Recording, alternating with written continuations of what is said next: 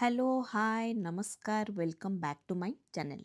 ସକାଳୁ ଉଠିବା ମାତ୍ରେ ମୋର ପ୍ରଥମ କାମ ହେଉଛି ମୋ ପାଇଁ ଆଉ ଝିଅ ପାଇଁ ବ୍ରେକଫାଷ୍ଟ ବନେଇବା।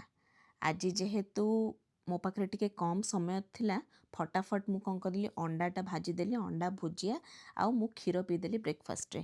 ଝିଅ ପାଇଁ ବନେଇଥିଲି ଆଜି ମୁଁ ଚୁଡ଼ା ଗୁଣ୍ଡରେ କଳା ଚଣା ଗୁଣ୍ଡ ଦେଇକି ଗୋଟେ କ୍ଷୀରିଟେ ବନେଇଥିଲି। ଯେବେ ବି ମୁଁ ଝିଅକୁ ଖାଇବା ଖୁଆଏ ତାକୁ ହାଇ ଚେୟାରରେ ବସେଇକି ହିଁ ଖୁଆଏ। ତା ଦ୍ୱାରା ସେ ଖାଇବାଟାକୁ ଫୋକସ୍ କରି ଖାଏ ଆଉ ଇଆଡ଼େ ସିଆଡ଼େ ଦୌଡ଼େନି କି ମୋତେ ବି ଦୌଡ଼ିବାକୁ ପଡ଼େନି। ମୁଁ ମୋ ବ୍ରେକଫାଷ୍ଟ ଖାଇବା ଭିତରେ ତାକୁ ଖୁଆଇ ଦିଏ। ଦିନ ଥାଏ ସିଏ ଭଲସେ ଖାଇଦିଏ, ଆଉ କେବେ କେବେ ସିଏ ଖାଏନି, ଚିଡ଼େ। ତ ତାକୁ ଏଣ୍ଟରଟେନ୍ କରିବା ପାଇଁ ମୁଁ ଗୀତ ଗାଏ। ଯଦି ତାପରେ ବି ସିଏ ଖାଏନି ଦେନ୍ ମୁଁ ତାକୁ କେବେ ଫୋର୍ସ କରେନି। ଯଦି ସେ ମନା କରୁଛି ମୁଁ ଖାଇବା ରଖିଦିଏ। ଦେନ୍ ସେ ଖାଇସାରିଲା ପରେ ଲଞ୍ଚ ବନେଇବା ଟାଇମ୍ ଆସିଲା। ପାଳଙ୍ଗ ଶାଗ କିଛି ଥିଲା, ତାକୁ କଟାକଟି କରିକି ଡାଲିରେ ପକେଇଦେଲି।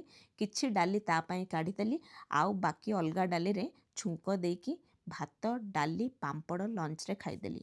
ସ୍ୱାମୀ ଥିଲେ ଅଫିସ୍ କାମରେ ବିଜି, ତାପରେ ଟିକେ ଫ୍ରି ଟାଇମ୍ ପାଇଲେ ଯେହେତୁ ସେ ଝିଅକୁ ଲଞ୍ଚ ଖୁଆଇଦେଲେ। ଝିଅ ଲଞ୍ଚ ଖାଇସାରିବା ପରେ ତାର ନ୍ୟାପ୍ ଟାଇମ୍ ଆସିଲା। ଶୋଇଲା 2 ଘଣ୍ଟା, ତାପରେ ଉଠିଲା, ପ୍ରବଳ ଖେଳିଲା, ଆସିକି ମୋ ସହିତ ଟିକେ ବହି ପଢ଼ିଲା। ବହି ମୁଁ ଯେବେ ବି ତା ଆଗରେ ପଢ଼େ ସେ ବହୁତ ଖୁସି ହେଇଯାଏ। ସନ୍ଧ୍ୟା ଟାଇମ୍ ଆସିଲା, ଯେହେତୁ ମୁଁ କୁଆଡ଼େ କିଛି ଯାଇନଥିଲି, ଭାବିଲି ଗ୍ରୋସରିଜ୍ ଆଣିବା ପାଇଁ ସ୍ୱାମୀଙ୍କ ସହିତ ଯିବି। ଆସିଲି, ପହଞ୍ଚିଲି ସୁବିଧାରେ। ଯାହା ସବୁ ଦରକାର ଥିଲା ଜିନିଷତକ କିଣାକିଣି ଆଣିକି ତାକୁ ସାଇଜ୍ ସୁଜା କରିକି ଡବାରେ ସବୁ କିଚେନରେ ରଖିଦେଲି। ଡିନର ଟାଇମ୍ ହେଇଗଲା। 2 ଜଣ ପ୍ରବଳ ଥକି ଯାଇଥିଲୁ, ତ ସାଧା ସିଧା କିଛି ବାହାରୁ ମଗେଇକି ତାକୁ ଖାଇଦେଲି। ତାପରେ ସ୍ୱାମୀ ଗୀତ ଗାଇବା ଷ୍ଟାର୍ଟ କଲେ। ସେଇ ଗୀତ ଶୁଣିକି ମୋ ଝିଅ ଆରାମସେ ଡିନର ଖାଇଦେଲା। ତାପରେ ଆମେ ଚାଲିଲୁ ଶୋଇବାକୁ।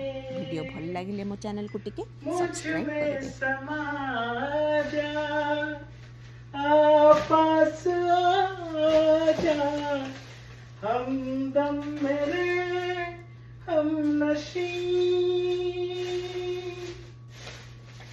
दिल है कि मानता नहीं,